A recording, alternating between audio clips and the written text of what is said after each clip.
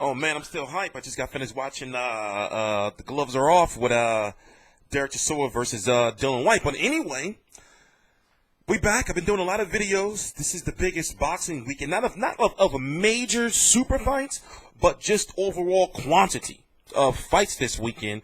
That if you're a hardcore boxing fan, or if you're somebody like myself who just so happens have to watch all these fights now with the website coming and just trying to get back into the back into the swing of things on YouTube. It's my job to cover all those fights. So early Saturday morning, December the 10th, 2016, about 6 a.m., 7 a.m. tops, I'm going to be watching Joseph Parker, 21-0, 18 KOs, from New Zealand, 6'4", about 245 pounds, very good boxer, take on Andy Ruiz. He's about 6'2", right? He's got fast hands. All right? He's not the best looking boxer. When you see his body, everybody's always calling him fat. But dude is good. Let me try my best to explain. He don't look it, but he's got amazingly fast hands. And he's got a high punch IQ, and remember how Robert Helenius used to look before he met Derek Chisora, like where he used to throw, what was that, the left hook or the right hook? The left hook to the body, and it just would be so direct, like right on target. Andy Ruiz is something like that, like where his accuracy is always right there. But, looking at his resume, okay, first of all, let's look at Joseph Parker's resume.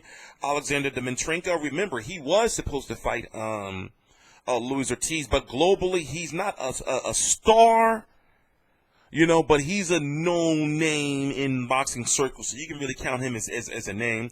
You got Carlos Takam. Of course, Carlos Takam is a known name among heavyweights. Bowie Tupu, not a known name, but I do remember him from fighting Brian Jennings here in Philly. You got Jason Pettyway, you got old man Sherman Williams, and I'm just Brian Minto, Francois Botha, for crying out loud.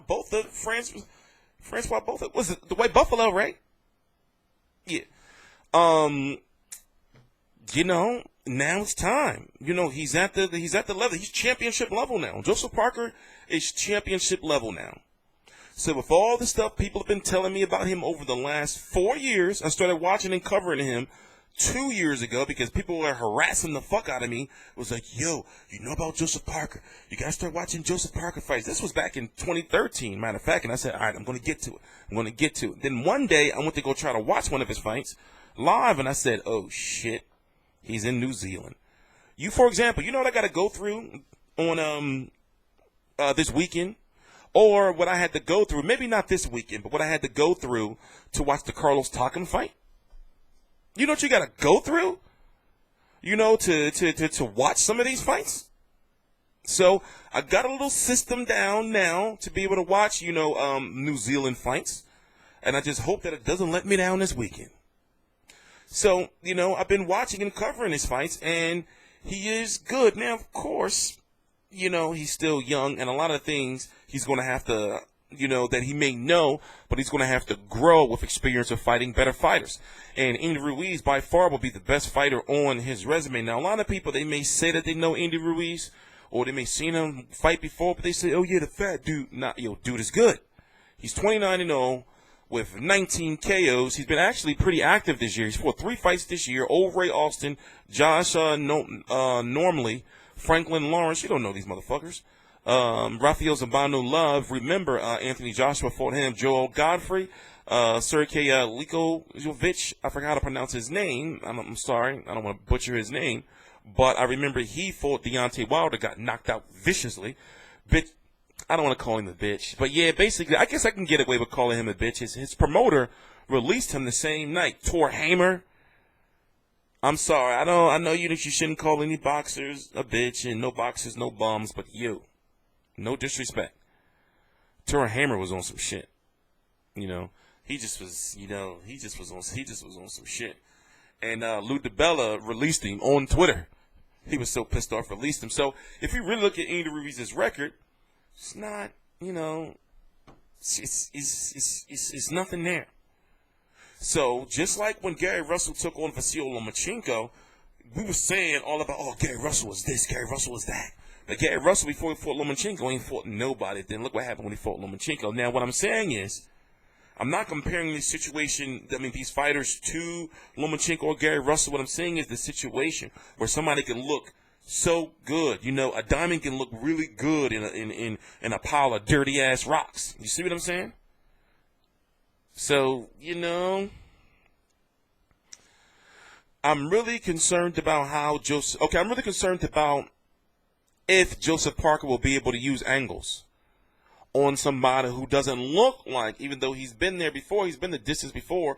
I don't know if he's been 12 rounds or not. Let me check. For some reason, it's not letting me sign in on here.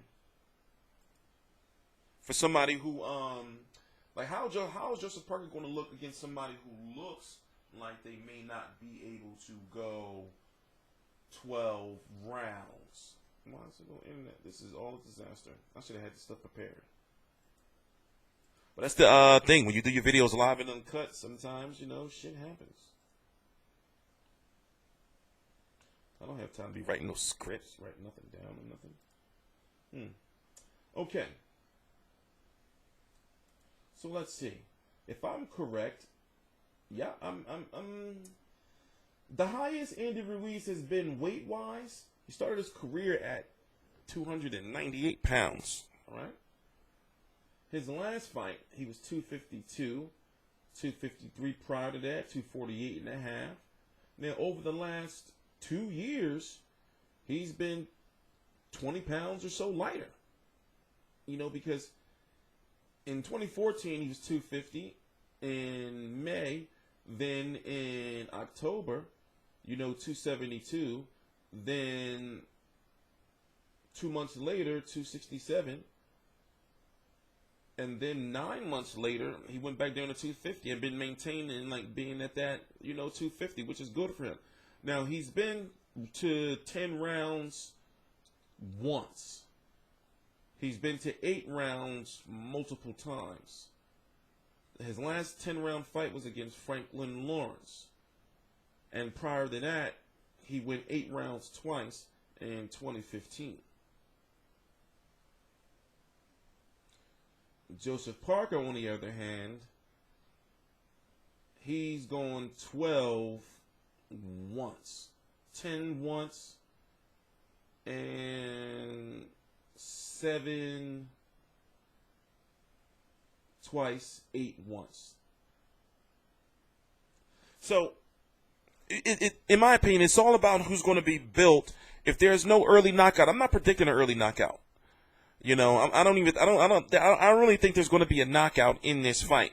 What I'm wondering is there going to be a lot of holding? And if there's a lot of holding, who will that benefit? The person who needs to stop the person who looks like they're more in shape, and Andy Ruiz trying to fight Joseph Parker on the inside. But does Joseph Parker have that moving ability to be able to box circles around who looks like he's somewhat of a stationary fighter in Andy Ruiz? So, when it comes to looking at the stats of both fighters, and the makeup of both of them as a fighter, you would say, well, Joseph Parker is the favorite. But what if Joseph Parker doesn't use his height? How tall is Andy Ruiz again? What if Joseph Parker doesn't use his height and also doesn't take advantage of the fact that Andy Ruiz, there are people out there who are overweight and they very nimble, and they very agile. So I want to see what kind of boxer Joseph Parker is going to be on fight night. So this is another fight that's going to be interesting. I'm going to be watching it very early in the morning. So I'm going to be watching it live whenever the hell it comes on. I'm going to have all it figured out definitely by Friday night.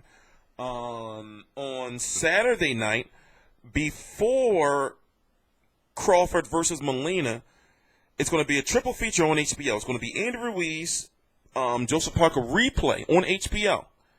It's going to be Ray Beltran versus, I forgot who he's fighting. And then Crawford versus Molina. So Saturday is a busy-ass day, especially for heavyweights. Remember, we got Joshua versus the other Molina, the heavyweight Molina. You got Luz Ortiz versus poor old David Allen. You got Chisora versus White, or White versus Chisora. You got Abner Maris fighting Jesus Cuellar. You got Julian Williams versus Jamal Charlo, IBF. You got Jeff Horn fighting on that Joseph Parker card. And so many other fights I'm missing. So I need to actually take a nap. As y'all see, I've been pumping out a lot of videos lately, and I haven't been resting at all.